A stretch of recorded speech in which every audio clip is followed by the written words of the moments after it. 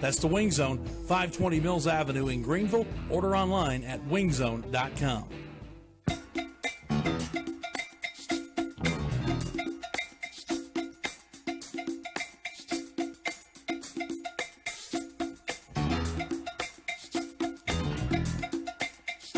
(10:19) in the morning, and we are back here on Facebook Live around the world. Good to have you with us on the Dan Scott Show.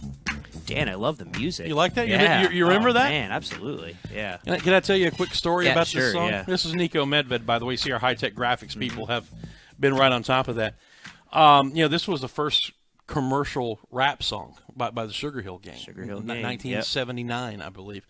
Rapper's Delight. I was in the 7th grade, and I was sitting in Miss Corin's homeroom, right? And I'm sitting in the back on this side. And a friend of mine, God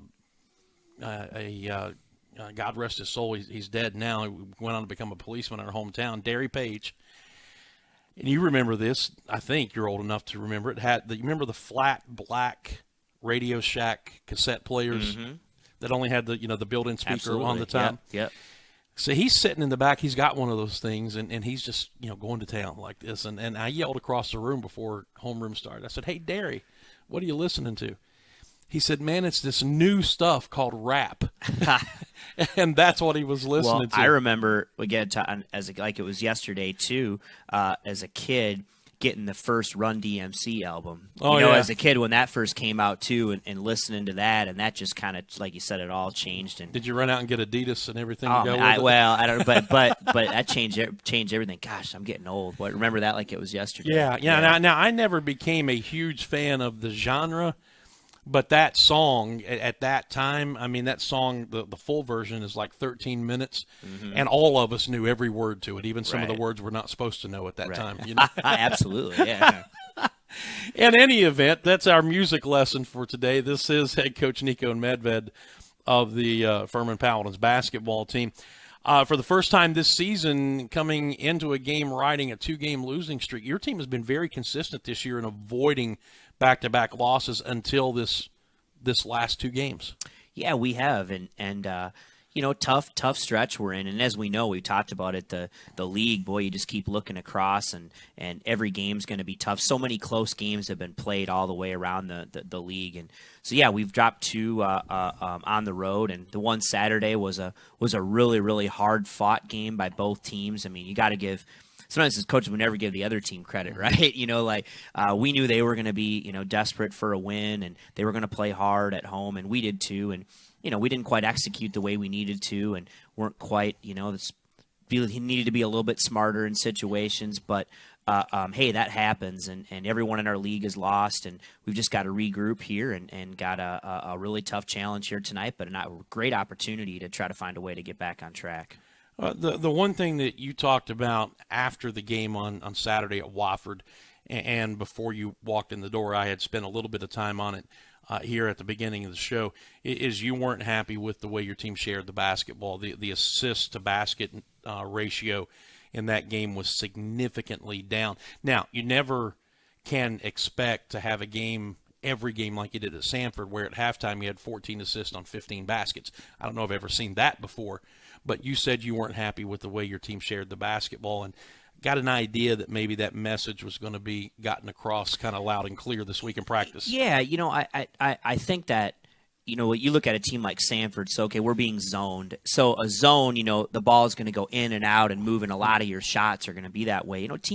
Teams guard you different too, and they're really, really staying crammed to some of our three-point shooters, and they're trying to get us to finish at the rim. And in the second half at Wofford, I thought we did that a lot better. We attacked, but I thought there were times where we had to make the one more play, to play off penetration, to find guys who were open. And you've got to make quick decisions. I mean, these guys are long, they're quick to the ball, and we've got to be better that way. And so I wasn't pleased with that. I wasn't pleased with our execution. And it's nothing that, you go, it's nothing malicious. It's nothing that's this glaring. It's a very fine line. The game is played very, very quickly, and I thought there's some opportunities, and really even in our transition offense, you got to be good when you start to play in these conference games. And if this team we're going to play tonight, who's so long and athletic, if you're trying every time to try to score in a half-court set, it's not always going to go well. They're terrific, but we've got to really get out in transition, keep the ball moving, and stay on the attack before the defense gets set. And so that's something we've emphasized, and we've done it before, and we'll continue to get better. Yeah, and it was in no way meant to imply any selfishness of No. any kind, because you said after the game there were also opportunities in that game that lend itself where your guys on the perimeter were actually able to make drives to the basket and score, which doesn't lend itself to an assist. Right, and exactly. But what you said is right. I think that we just had to do a little bit better job of sharing the ball and making the simple plays, and that's what it takes. And we've got some guys who can make shots from the perimeter and do some things, and with that we've got to have a little bit better inside out action. We've got to do a little bit better and be a little bit more efficient when we throw it in the post, either to score or to collapse and kick it out and to play that way. And I think we'll continue to get better, and we've been really good at times this year. One thing that I have not heard you talk about this year that you have talked about in each of the last couple of seasons is your offense struggling a bit against a team when they go to a zone defense against you. Your offense has been very good, and that's just another, I think, example of the maturity of this team. You've been very good against teams when they've zoned you this year. We've been better, and we've passed it better, and I think we do a lot of times put 4 guys on the court at a time that can space you from the perimeter, and I think we've done a nice job attacking that way, and we have been better, and we haven't seen a lot of zone overall from teams, but when we have, I think we've done a nice job, and tonight and some of these games we didn't see any zone. Obviously Saturday we could see a little bit tonight, but I doubt it. Only in a few different, situations. And we'll see a little bit from these other teams, but tonight will be straight man to man for the most part. But you got to be ready to do everything. But our kids have done a nice job in those situations, sharing the ball and making shots from the perimeter. So, SoCon John says, ask Coach this: how is ETSU different than any other opponent that you faced this year?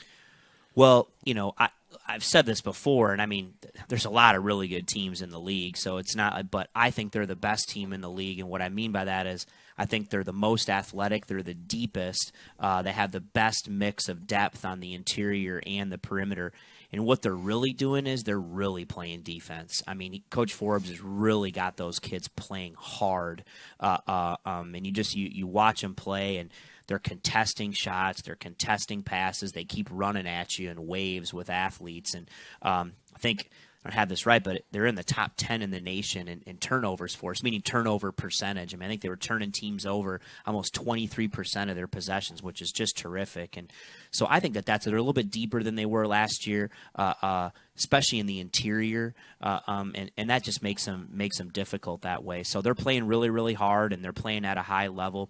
But I think you can say that about a lot of teams in our league. They're continuing to get better, and you look across the board and you look at, boy, that team compared to last year, they look better to me than last year. Mm-hmm. That team, and so that's nothing new. But they're ETSU's playing at a high level, but that's what you expect, and so we know that, just like we have in every other game, we're going to have to come out and really be on our A game tonight, and if we do, that should be a heck of a ball game. It's really fun to look at the schedule around the league on the gameplay nights and look at some of the matchups. I mean, I think this is going to be a great one.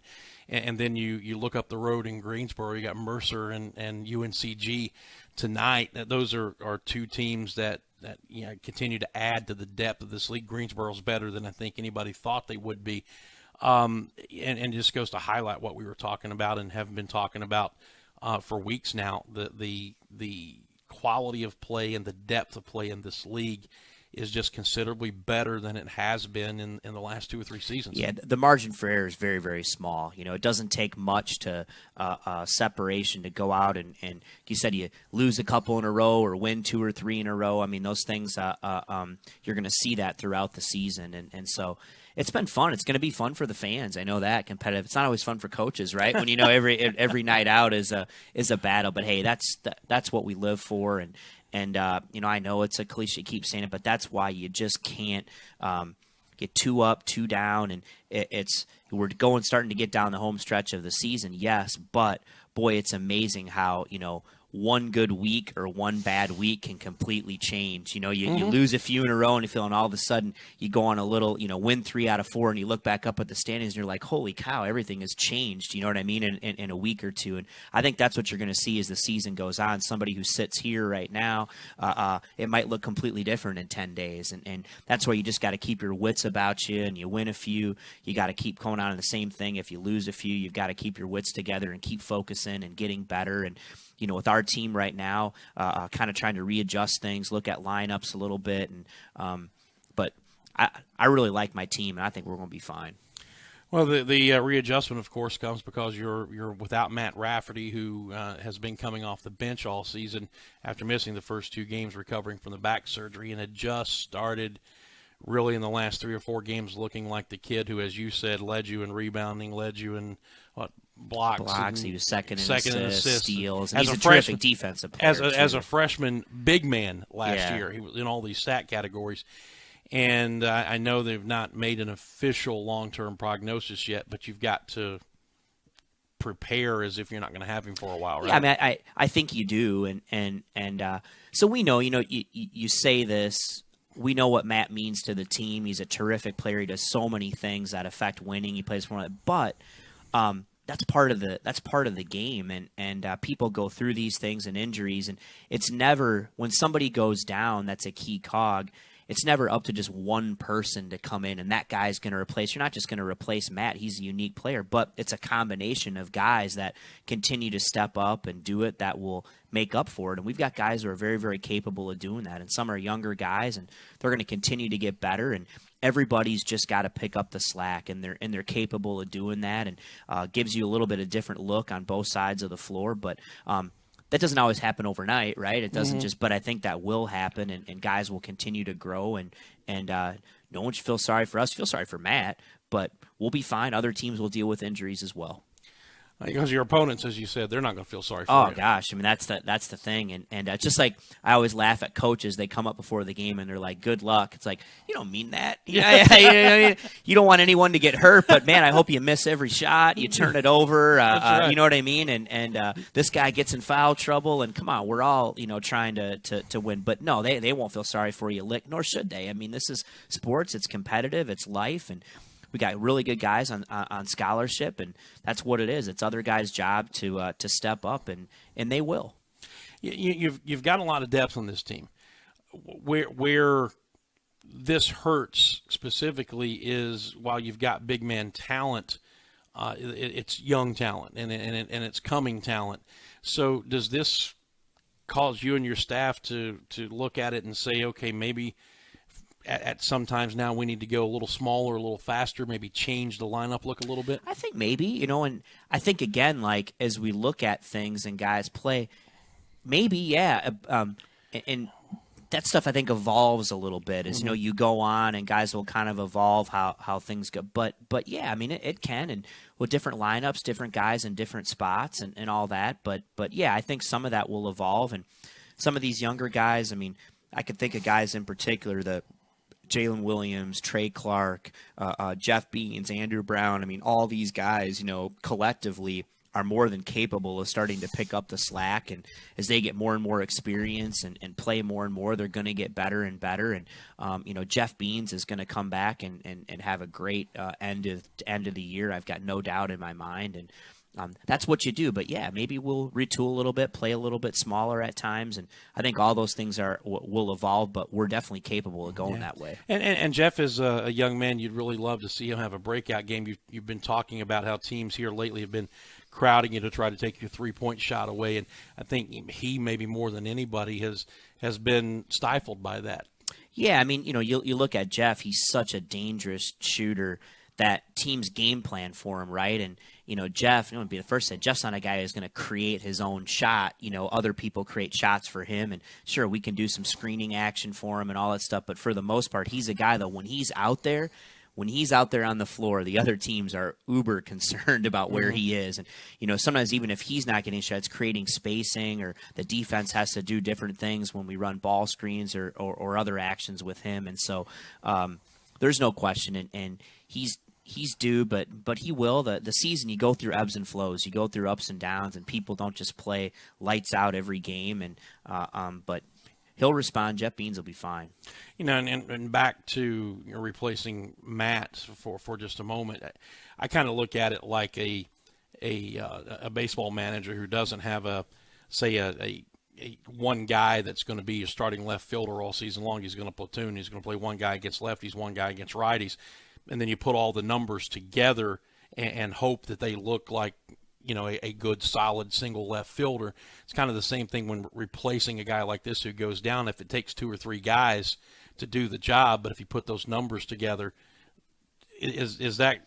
Am I on the right track? I mean, here? I think there's some truth to that, and I think the other thing is different players provide a unique skill set, right. And it may not be Matt's skill set, but they have other things that they do well, and figuring that out and how they can contribute and what their role is going to be, how can they do it on a consistent basis and really bring their strengths to the team, and whatever those are, you kind of fit it together and it becomes a team. And again, they've done that before. I mean, guys have played well. I mean, Jalen is a kid that he's got a lot of talent, is getting better and better. I mean, heck, we don't beat Mercer probably if it's not for him, when he came off the bench and played well. And so he's capable and he's learning and he's growing. A kid like Trey Clark is a guy who's long, who's athletic, very inexperienced, learning how to play. He's a young freshman, and he's been getting better and better in practice. Does that always translate into the productivity in the games yet? But I'm telling you, at some point, this kid, he's due to start to break out and be more productive and do some things. And obviously, Jeff and Andrew Brown have done it before, and those guys will. And so I'm going to, I think we're going to see us continue to grow. And the positive is this team still can and will get a lot better as the year goes on. And that's always got to be the mantra. Tell me your thoughts on the leadership you have inside the locker room. You've got the one senior in Chris Acox, and I think by default people look to seniors for leadership. But you've got, again, a number of kids who played a lot of minutes here. So just talk about that aspect of your locker room. I think it's terrific, and it's like you said, it's the upperclassmen, and even a kid like TK Hayes is a kid that's a senior. He was a walk-on. He's a scholarship player this year for us. That gives leadership. But Chris and then those other 4 juniors, really do a terrific job. And Jeff and Daniel Fowler and John Davis and Devin Sibley and they're terrific leaders. I think we've got a terrific locker room, as good as I've been around, and that's why I know these guys won't blink. They'll continue to fight. And we're right there. I mean, we are right in the thick of things. This is the way the conference is going to go. Yeah, we won 3. We lost a couple tough ones on the road, and the leadership won't let us. They're going to continue to let us go. They know what it is. They know that you can't get too up, you can't get too down. You just got to keep focusing and keep getting better, and those guys have done a great job. All right, before we turn you loose here, let's talk about quickly what else is going on this weekend. It's Legends Weekend, which is something you started a couple of years ago, 3 years ago, I guess, when you got here, and we've seen it grow and turn into a really big deal. So let's talk a little bit about that. It's something I felt like was important. I mean, as we know, Furman has a rich basketball tradition, and there are a lot of players that I want people to feel like they're proud to be a part of Furman basketball, and there were players that were here when I was an assistant coach, and I think we're starting to see more and more guys become more and more connected throughout the different eras of coaches, and that's been really important to me and something that's been neat to see grow, and more players involved in this, and one thing that's been neat too is Dr. Clark, Gary Clark, has really now started to get involved too and helping former players and that, and that's really neat to see as a former basketball player, right, as an athletic director. I mean, obviously very well connected that way, and we do this with our Legends Weekend. We've got our golf tournament, talking about even maybe putting together a mentor program, all those things that are continue to be vital to developing a program. And it's the same thing that our kids, I think, we'll see Steven Kroon and Kendrick and Larry. I don't know if Aaron O'Neill's coming back, but one thing that's going to be really important to me is the players that played in our program here at Furman. I want them to look at it that their experience at Furman changed their life.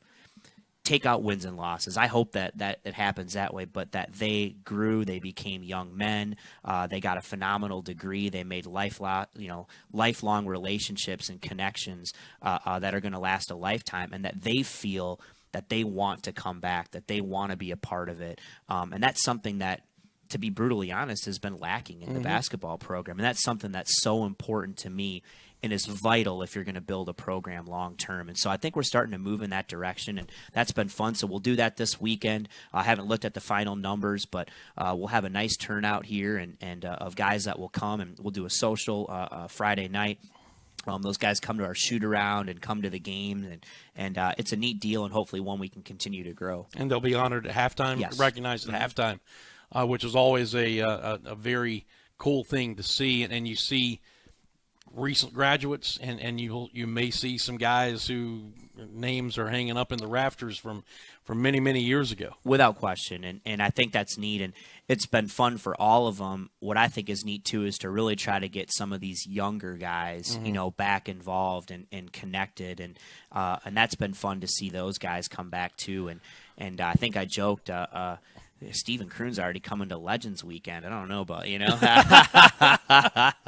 but I think his numbers say that he qualifies. Yeah, I agree with that. There's no question. And let's look at it from this standpoint too. Some of those younger guys that graduated, we'll say in the last decade or so, those are the ones who are putting that Furman degree to good use and hopefully making some big money out. And we could always use some donations and support and stuff like that, right? And that's down the road. I mean, for those guys, again, I think that sometimes people in life get that mixed up. That, hey, I played at Furman and now I graduated. I was a good player and now Furman.